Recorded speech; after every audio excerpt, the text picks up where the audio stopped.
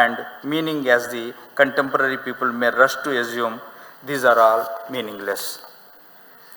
Festivals like Vitasta Kashmir Festival will go a long way in rediscovering our past and try to emulate intellectual peaks attained by luminaries from the bygone eras.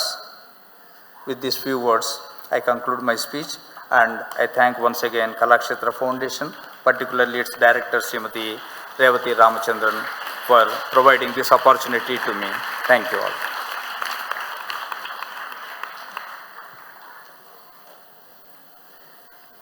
Thank you very much, sir. We shall now have the Director of Kalakshetra Foundation, Srimati Revati Ramachandran, felicitate Dr. Bharat Gupta, Trustee and Executive Member, Indira Gandhi National Center for the Arts.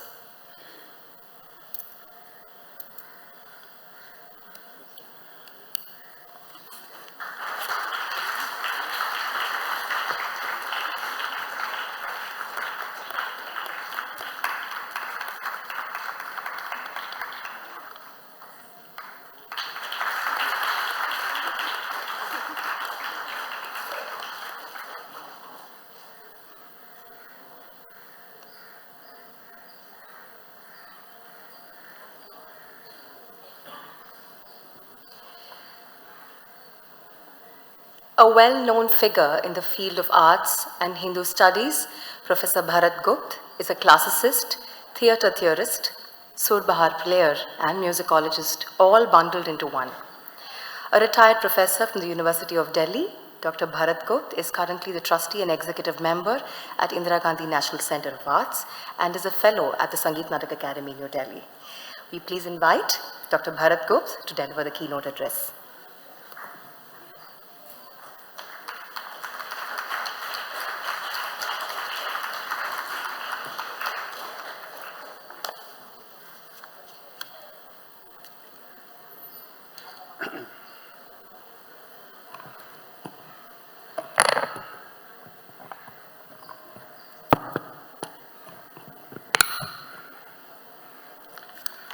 Shri Gurubhyo Namaha.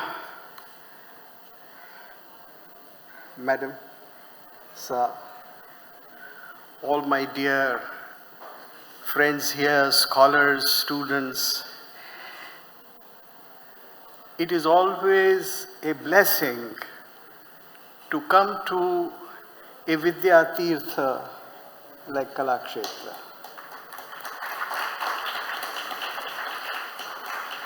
And the blessing becomes more intense when the occasion, as part of the Bharat Amrit Mahotsav, is dedicated to Vitasta. Rivers are the mothers of civilization. There have been no great civilizations without great rivers. So, there is destiny in the very fact that wherever the Almighty has provided us rivers, there would be culture and civilization.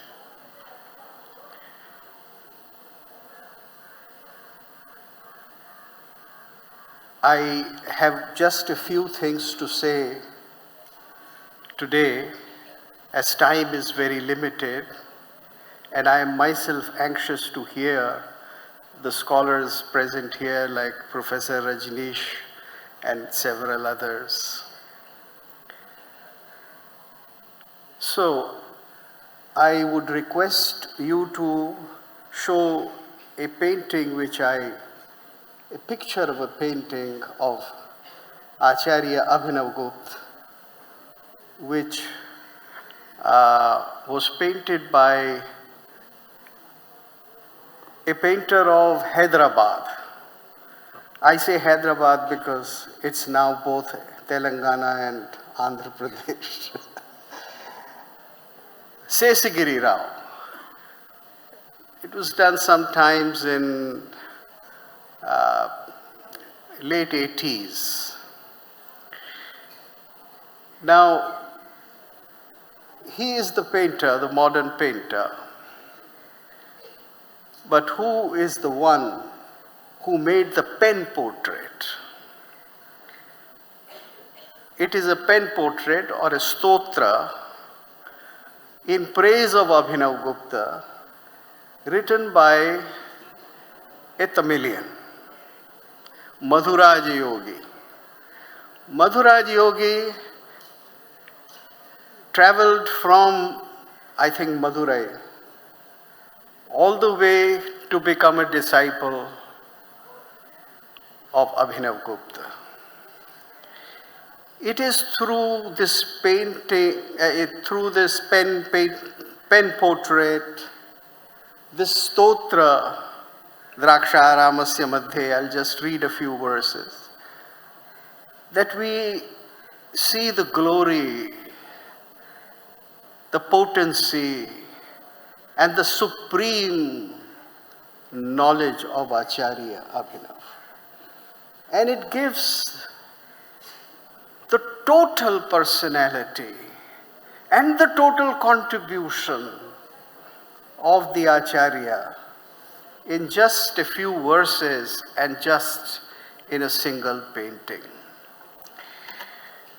I'll just briefly, very briefly, before I come to my main paper, go through some of the lines. Draksha Ramasya Madhye Spatika Manimaye Mandape Chitra Ramye Pushpasragadhupa Deepair Vahala Parimale Charchitai Chandanadyai Vadyair Sanrityai Satat Mukharite Yogini Siddha Sanghai Akirane Swarna Pithe Mridutalimate Baddhamukta Vitani. So here he is sitting in this garden of grapes, and the next verse goes on to describe that how Kshemaraj and various other disciples are writing what he is speaking. So, in ancient times, the gurus would simply speak out and their disciples would memorize, and later on, or at the same time, they would write out on a palm leaf or bhurja patra whatever was being said. And in the case of Abhinav, as there is such a great volume of almost 42 or 43 works with this huge commentaries like Abhinav Bharati, so it was being written. And he says, Asinah Kshemaraja Prabhriti Bhirakhilaya Sevitah Shishya Vargai. He describes this. And then, what is he like? Anandandolitakshaha Sphutakrita tilako bhasmana bhalamadhye Rudraksho ullasita karanaha Kalita Kachabharo Malavahlamb Kurchaha Raktango Yakshapanko Lasitagalo Lamba Mukto Pivitaha Kshaumam Vaso Vasanaha Shashikara Dhavala Veera Yogasanasthaha. You see, when I was putting my mind and trying to inspire the artist, then I submitted to him that most of the pen portraits which have been painted earlier always showed him as an old, declining sadhu.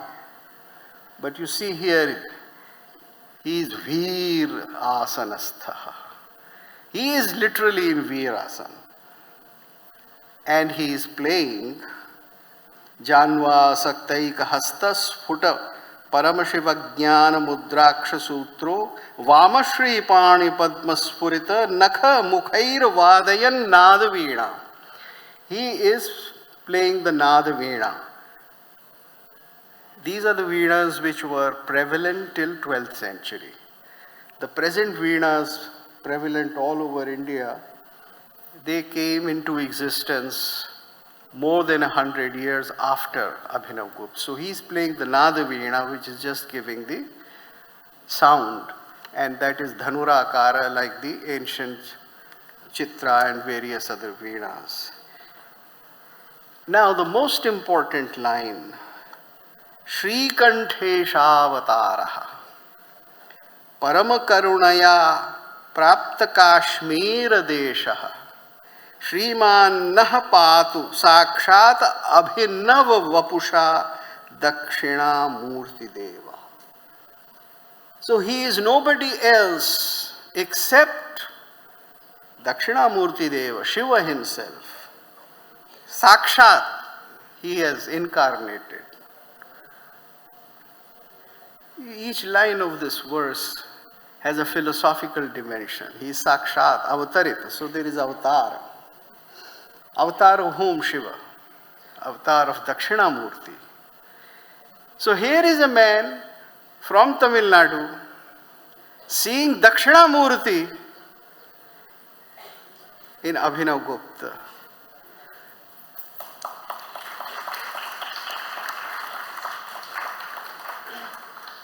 I am not saying this because of any present day concern, however noble they may be. I am just reading out a verse which was written by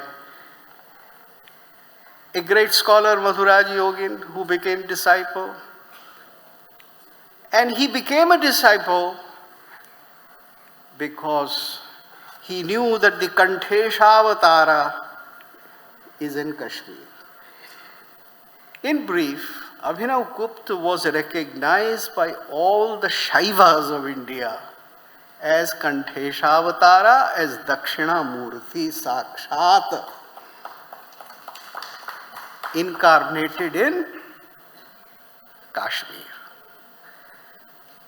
So, this very pen portrait represents what people from one end of the country could see in a genius in another end of the country. And how things could travel from north to south, south to north, east to west, and west to east. The texts themselves tell the story.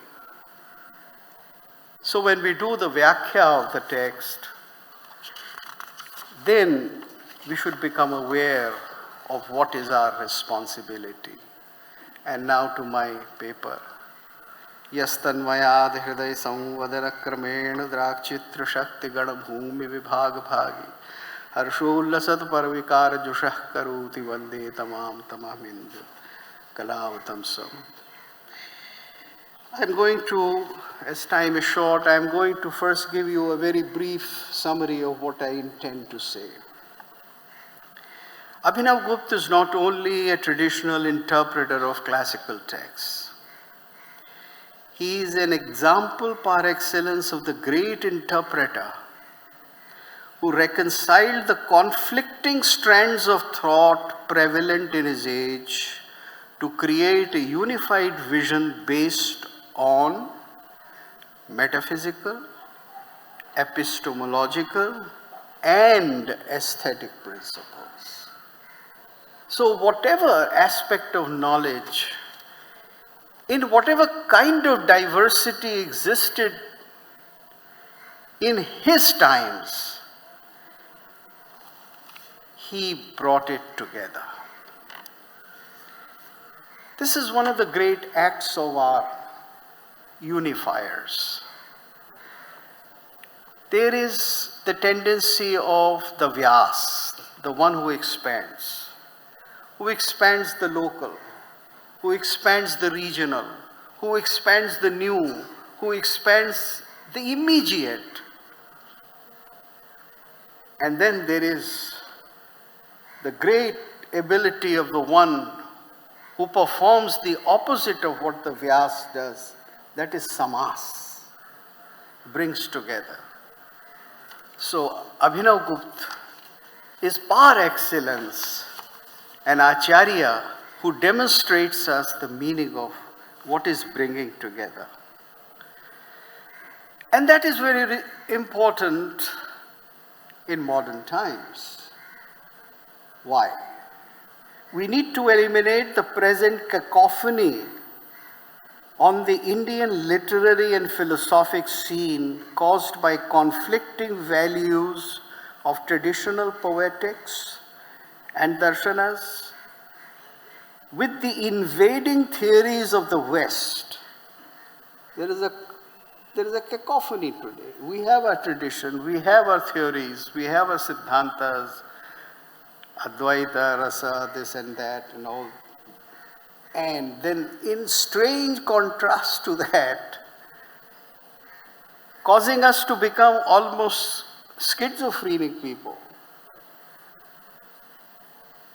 Another side which is pulling us all the time, gnawing at us all the time. And what is that? Theories of the West, such as critical theory, moral relativism. One man's meat is another man's poison. हो गया बस. आपको जो अच्छा लगता है आप करिए, जो हमें अच्छा लगता है हम करेंगे. No other common ground. And the new intellectual terrorism, which is known by the name wokeism. Cancel culture, which is now considered to be the latest thing and which has entered Indian universities and is not only disturbing our campuses, but it has gone very deep into our perception, how we see things, how we define art, how we define our life. So, it is often thought that the job of a Vyakhyaकार is to provide a mere gloss or a scholia on some older revered text. That a Vyakhyaकार like Abhinavagupta, not only of course he wrote great unifying works like Tantra Lok, where all the tantras were united into one, put together into one great epitome. Not only he did that, he wrote so many Vyakhyas also. It is to present a worldview. The job of the Vyakhyakar is not just to make comments or write a scholia or a tika, but it is to present a worldview, a set of values that illuminate every aspect of life, and most of all, its moral aims. Moral aims, or as they were once called, the Purusharthas. So unless the Vyakhyakar is able to address the Purusharthas, the Vyakhya will have no meaning. The Vyakhya will have no grounds to stand upon. We have become very shy of these words now, under intimidation of, most of Western academia. And I have had the great fortune of going to a modern school and a modern missionary college of eminence, and then to foreign university for my education. And I have seen the whole hollowness of this philosophy, which is never able to reconcile things on moral grounds itself. And that is exactly the problem which Abhinavagupta addressed even at his time. Because very soon Kashmir was destined to go under very strange changes. And as scholars know, Kshemaraj wrote about the great moral degradation that happened very soon. So, this whole contradiction of what are the high values and how they have been conceived, perceived, and reconciled, and what is the conduct of the people has always been there.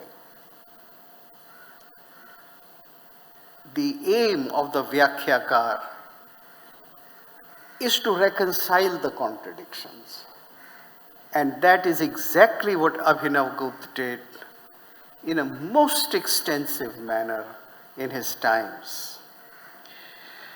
I'll take just another 5 minutes to conclude. This paper I'll send later to you, Mrs. Ramchandran, and then you can publish it. Now, I had wanted to explain, I don't have time now, how was a Vyakhya done in traditional manner by Abhinavagupta, where he shows how Vyakhya is to be done, Upadeyasya Sampada, etc., etc. But I will very briefly summarize some of the great contributions of Abhinavagupta and how he did this reconciling, how he brought things together. You see, in writing Abhinav Bharati, because Abhinav Bharati is not only a voluminous Vyakhya, but by virtue of its being on the Natya Shastra, which covers almost everything under the sun, because a work of drama will take up all kinds of things. All the Shilpas, all the arts, all the things are there always in theatre. So there is a comment on that.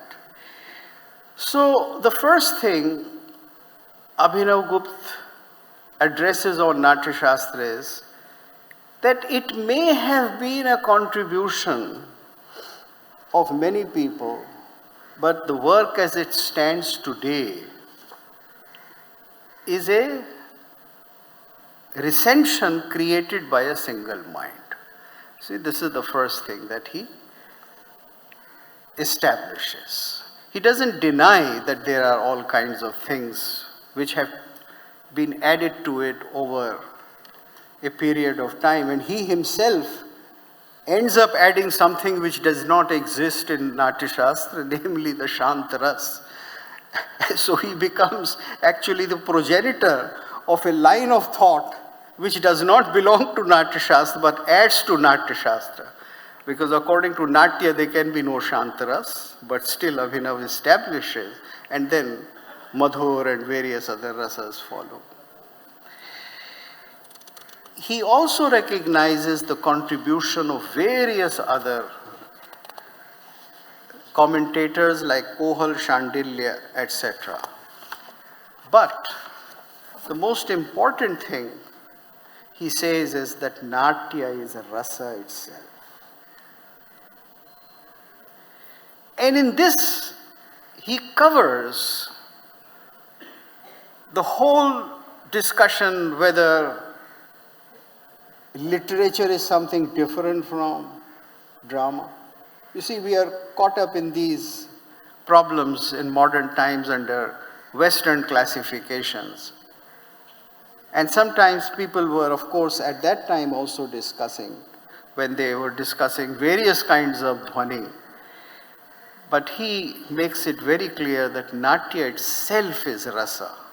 And then his great contribution that rasa is not born or created by the poet or the actor, but is eternally present as part of creation. I don't have the time to read out his quotations where he says this. And he says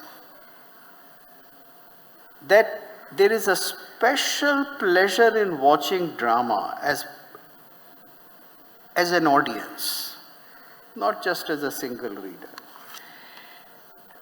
And that is something which is the whole crux of his philosophy. You see, how he creates Abhivanjanavad, why does he create Abhivanjanavad, is very important.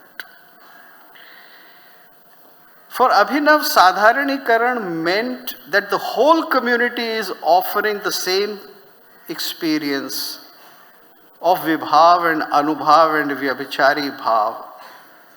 And Sadharanikaran is for all spectators together. It's an important point.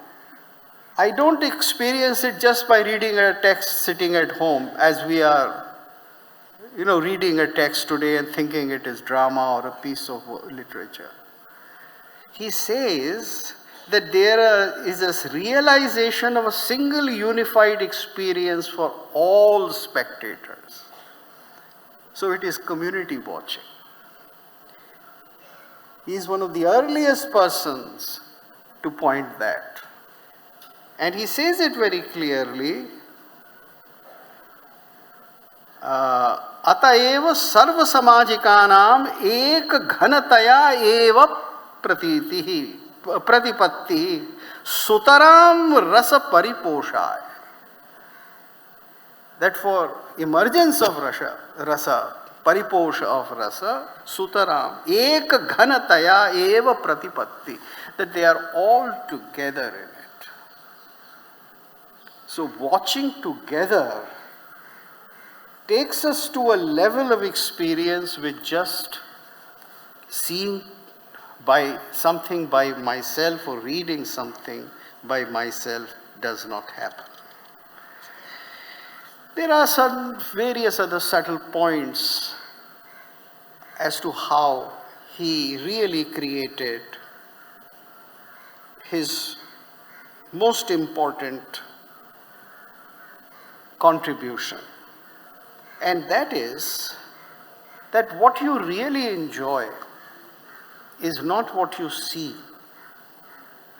but you enjoy something which is already there in you, which is anadi vasana. And theatre is only a method of removing the curtain from that anadi vasana. Only that it does it through a special agency of eka ghanataya pratipatti, one, and second, tatra vighna apsarakaha vibhava adi pravrityayaha.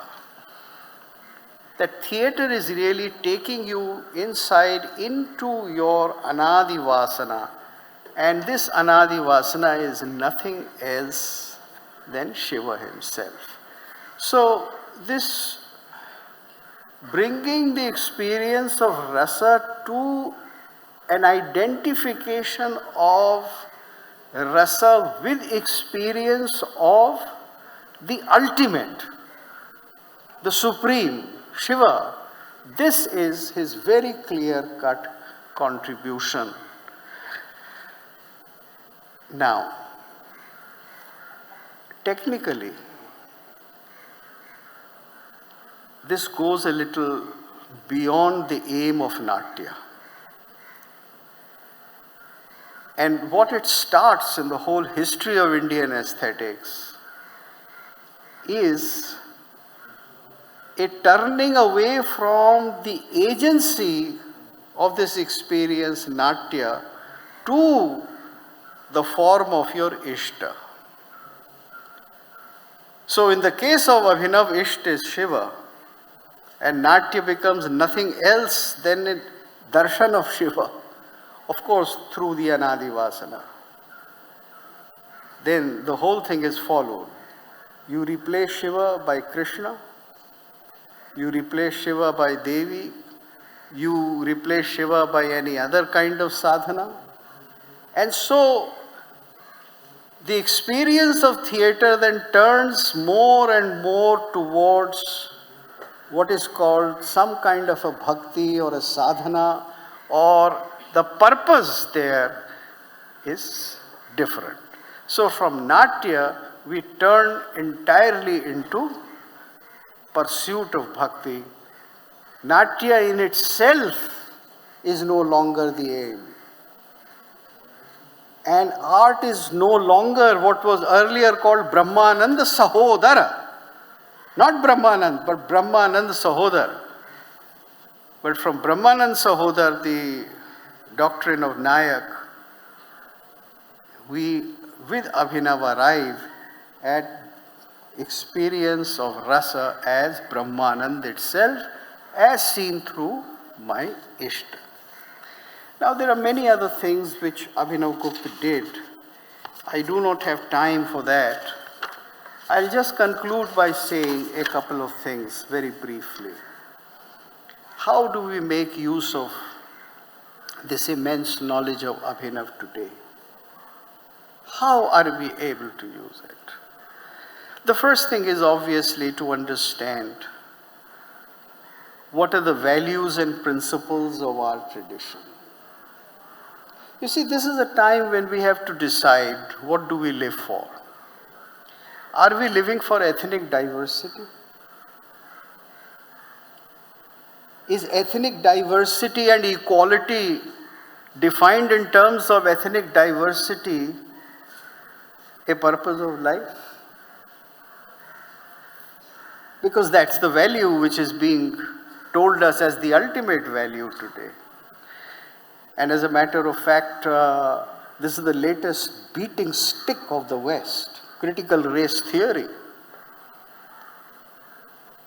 So they have devised a whole thing by saying that you are people who believe in hierarchy and inequality of man, inequality of human beings, inequality of gender, inequality of all kinds, and hence you have to come to a kind of equality which creates nothing else than uniformity by destroying the diversity.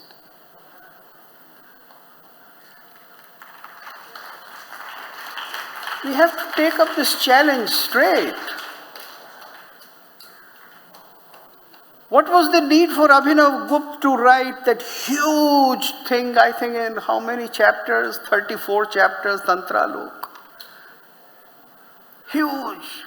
Where every kind of tantric upasana is brought in from Malini, Tantra and all these, and reconciled within one great system, that nothing is excluded. That it is part of it. Vammarg is also part of it. But you have to understand it. And you have to use it because there were gurus who could really practice it, guide it. But in principle, it was not thrown out. So, inclusiveness had been practiced. But inclusiveness can only be practiced if you believe in a fundamental unity of being. You see, in 1930s, there were quite a few people in the West, like Aldous Huxley, who were deeply influenced by Indian thought, Buddhist, Shaiva, etc., and who started talking about something called perennial philosophy. Huxley had written a whole book, Perennial Philosophy. And there was resistance to that. Because they said that people from different parts of the world have perceived the same thing. And Christian mystics are perhaps perceiving the same things which Hindu mystics or some others are. So the trend was to see some kind of a unity, to presume that some kind of unity exists. You can reconcile when you believe that there is one. But if you believe that there can be no one, that one perception is true, the other perception is false, then you cannot reconcile. I'll give you a simpler example. How to use diversity. And this is the last point that I'm making, and I'll take only a minute. You know, I need not point this out to the audience here. that there are many notes, many swaras, right? But a swara by itself is not enjoyable. Nobody can enjoy a sa or a ma or a consonance between sa and ma, because that is not music. What is needed is a relationship between swara. And that relationship, in order to become ranjaka or something which entertains, has to become a raga.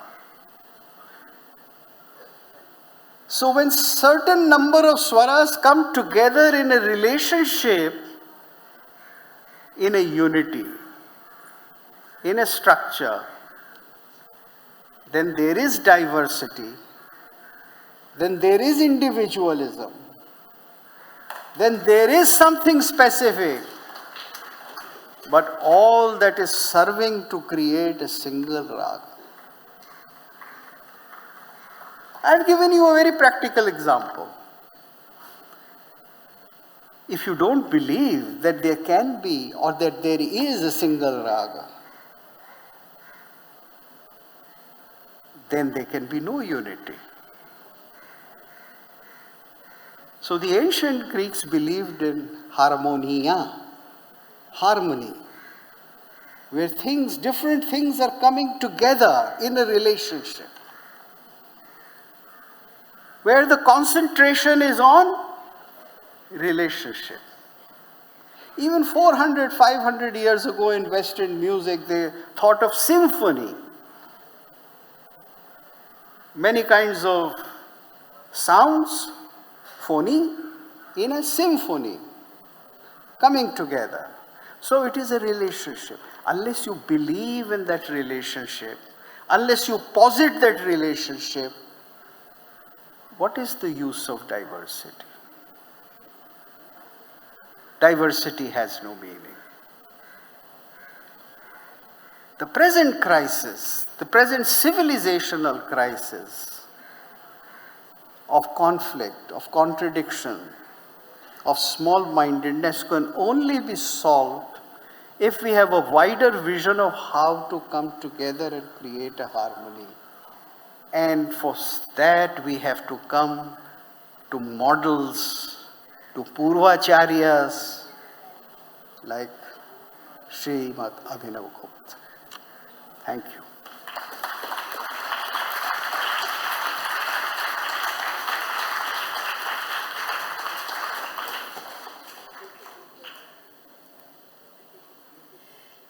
you. Thank you so very much for those thoughtful and knowledgeable insights, Dr. Bharat.